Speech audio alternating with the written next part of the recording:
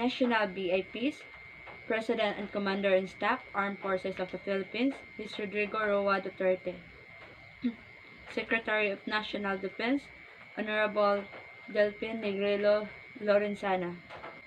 Military VIPs, Chief of Staff, Armed Forces of the Philippines, General Andres C. Centino, Armed Forces of the Philippines, Commanding General Philippine Army, General Romeo S. Browner Jr., Armed Forces of the Philippines,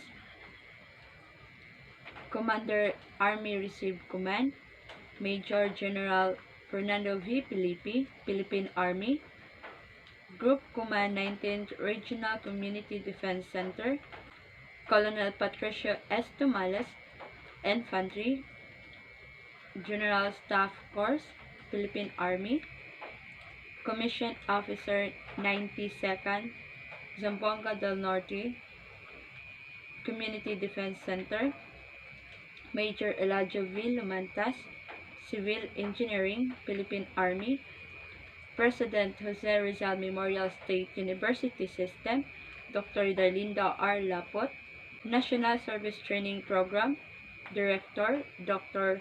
Rachel J. Daimil, National Service Training Program Unit Head, Dr. Noel J. Lopezelo, Commandant GRMSU Army ROTC Unit, Major Elijah V. Lumantas, Civil Engineering, Philippine Army, Assistant Commandant, 2nd Lieutenant Nicanor B. Omnimaga, Reserve Philippine Army, Chief Clerk, Corporal Roderick C. Acoimo, Infantry, Philippine Army, Tactical Officer, Captain Cesar C. Bala, Reserve Philippine Army, and 2nd Lieutenant Joey Peter M. Villaros, Reserve Philippine Army.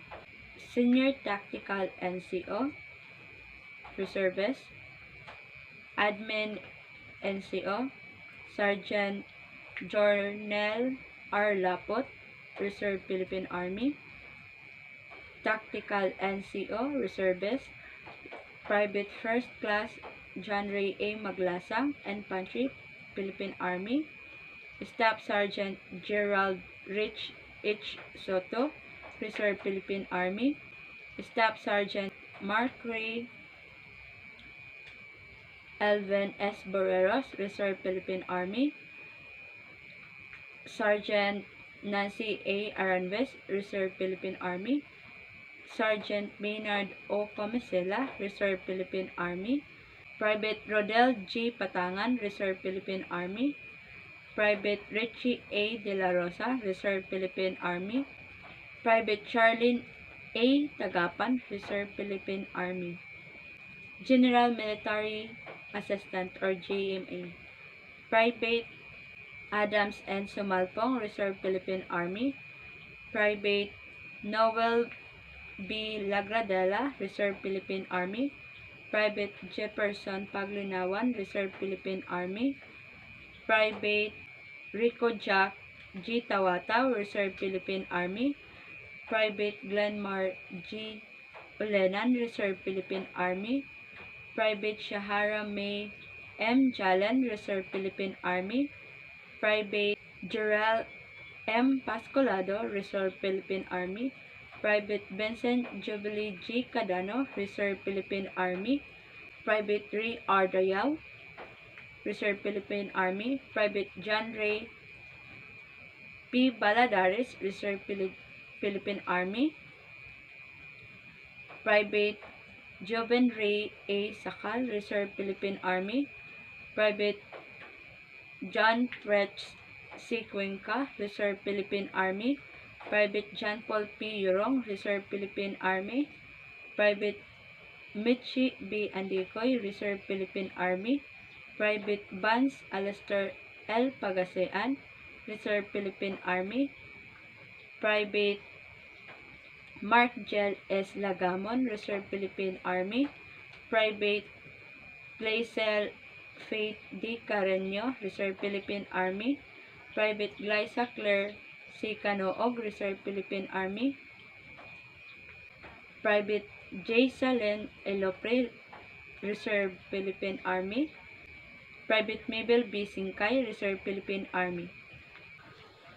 Bridge Corps Commander. Cadet Colonel J.P. Montide Ramos, ROTC First Class. Executive Officer or Disciplinary Officer, Cadet Lieutenant Colonel Roderick L. Cadorno, ROTC First Class. Bridge S1 Adjutant Officer, Cadet Lieutenant Colonel Blesti Manlopig, ROTC First Class. Bridge S2 Intelligence Officer, Cadet Lieutenant Colonel Ronel V. Bailon, ROTC First Class. Bridge S3 Operation Officer, Cadet Lieutenant Colonel Ramel P. Samson, ROTC First Class. Bridge S4 Logistic Officer, Cadet Lieutenant Colonel Sheila May P. Azores, ROTC First Class. Bridge S7 Liaison Officer, Cadet Lieutenant Colonel Jamaica S. Lagodas, ROTC First Class. 1st Battalion Commander, Cadet Lieutenant Colonel Jumari T. Osabel, ROTC First Class. 2nd Battalion Commander, Cadet Lieutenant Colonel J. Force Perigora, ROTC First Class. 1st Battalion Executive Officer or Disciplinary, Cadet Major John Marty Clemenia, ROTC First Class. Battalion S1 Adjutant, Cadet Major Kathleen Rose A. Apaw, ROTC First Class. Battalion S2 Intelligence, Cadet Major Jericho T. Osabel, ROTC First Class. Battalion S3 Operation, Cadet Major Jason A. Hamarolin, ROTC First Class. Battalion S4 Logistic, Cadet Major Ma Alona Jane B. Alfon, ROTC First Class. Battalion S7 Liaison, Cadet Major Chenlin R. Selva, ROTC First Class. 2nd Battalion Executive Officer or Disciplinary, Cadet Major Brian P. Banyolos, ROTC First Class.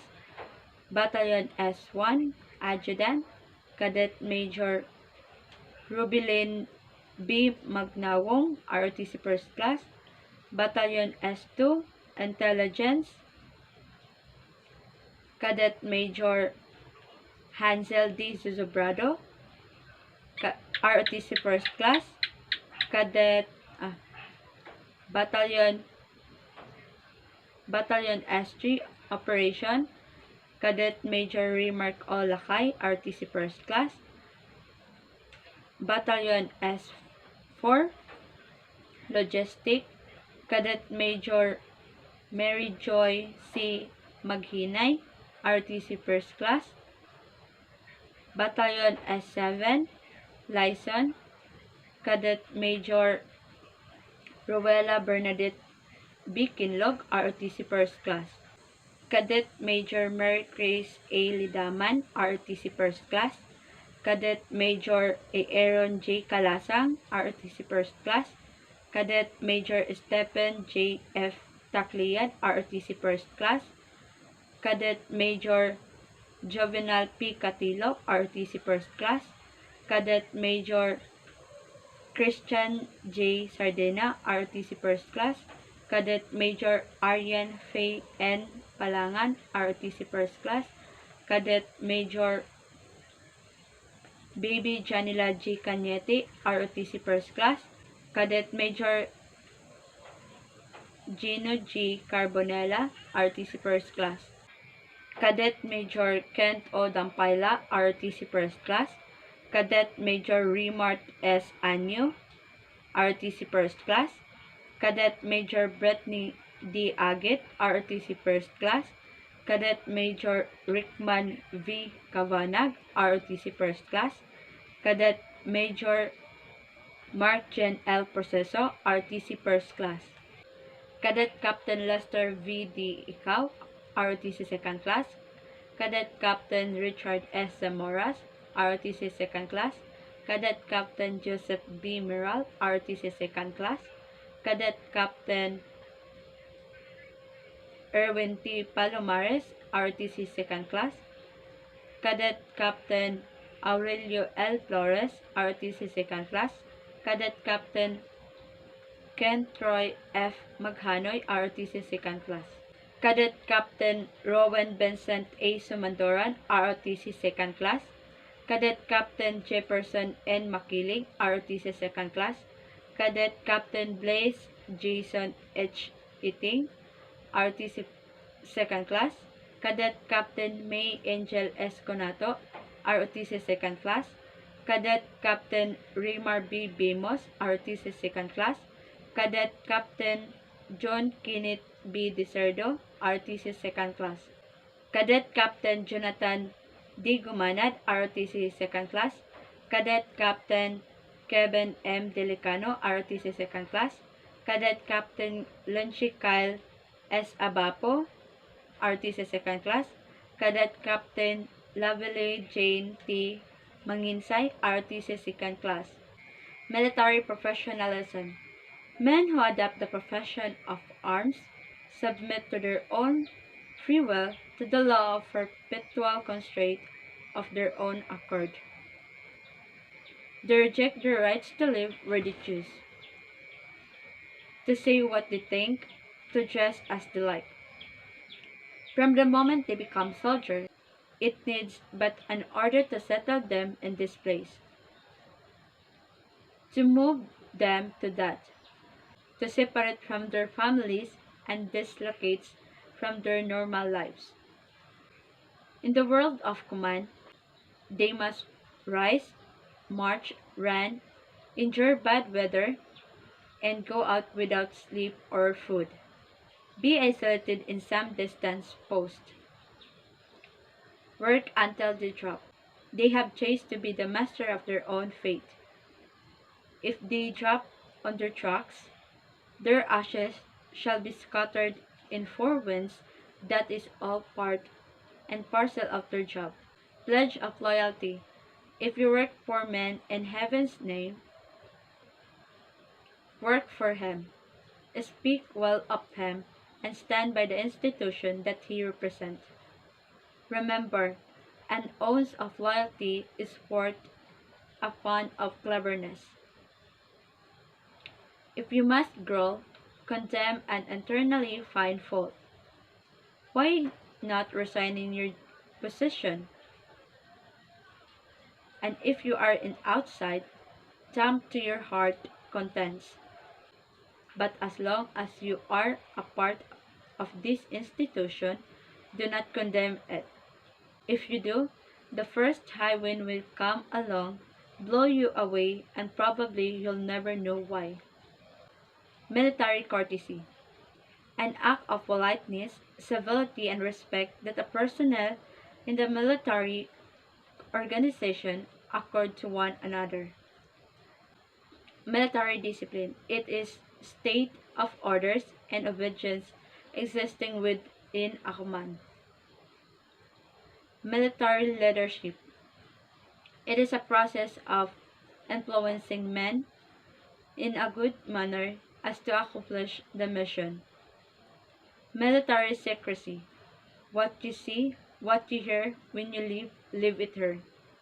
Salute is the highest form of courtesy.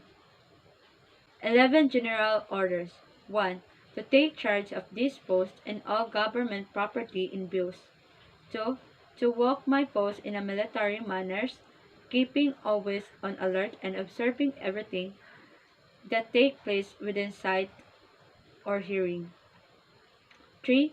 To report all violation of orders I am instructed to enforce. 4. To repeat all calls from posts more distance from the guardhouse than my own. 5. To quit my post only when properly relieved. 6. To receive, obey, and pass on the sentinel who relieves me all orders from the commanding officer of the day, and non-commissioned officer of the guard only. 7. To talk no one except in line of duty. 8. To give alarm in case of fire or disorders. 9.